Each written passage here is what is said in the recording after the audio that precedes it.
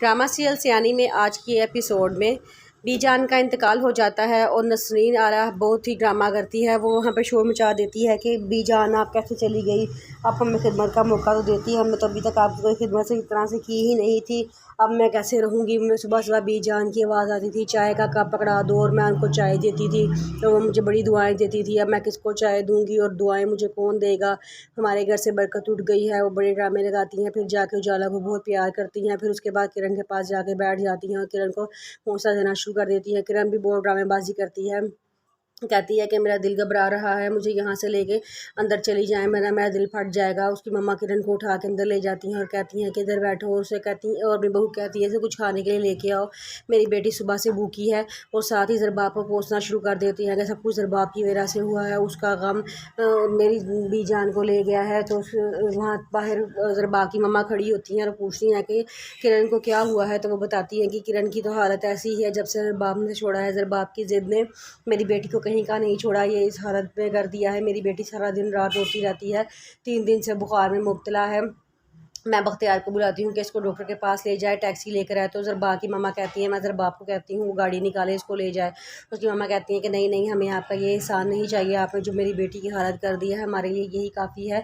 हम आपने मेरी बेटी को कहीं का नहीं छोड़ा, उसने क्या किया था, सिर्फ एक झूठ ही तो बोला था। वो बेइंतहा मोहब्बत करती है ज़रबाब से, ज़रबाब उसे माफ़ तो कर सकता था ना, उसकी झूठी अना उसकी ज़िद ने मेरी बेटी का ये हाल कर दिया है। मेरी बेटी बहुत ही बीमार हो गई है, वो उसे बहुत चाहती है। उसको तो अपने बच्चे की खबर सुन के भी कोई खुशी नहीं हुई, वरना वो दौड़ा चला आता और इसकी सारी गलती माफ़ कर देता। इसने कौन सा इतना बड़ा गुनाह कर दिया था। वो इतनी बातें लगाती हैं ज़रबाब की मामा को, वो बेचारी खामोशी से सुन लेती हैं। फिर उसके बाद किरण के ड्रामे भी वहाँ पे चलते रहते हैं।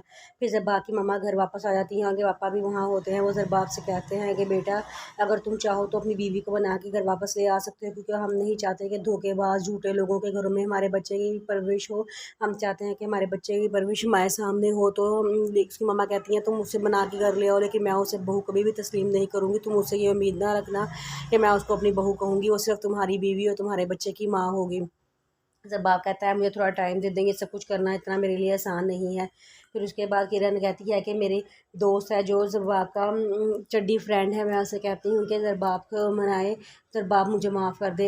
फिर वो उसे दो सुल्तान से कहती है, तो सुल्तान तो नहीं मानता, लेकिन उसकी बीवी जाती है ज़रबाब को और जाके कहती है कि आप प्लीज़ मैं किरण को माफ़ करके उसे घर ले आए। का ये कसूर था कि उसने थोड़ा सा झूठ बोला था, क्योंकि वो आपसे बेपनाह मोहब्बत करती थी और उसके अंदर एहसास कमतरी थी, क्योंकि उसके स्टेटस का मसला था। आपके और उसके स्टेटस में बहुत फ़र्क था।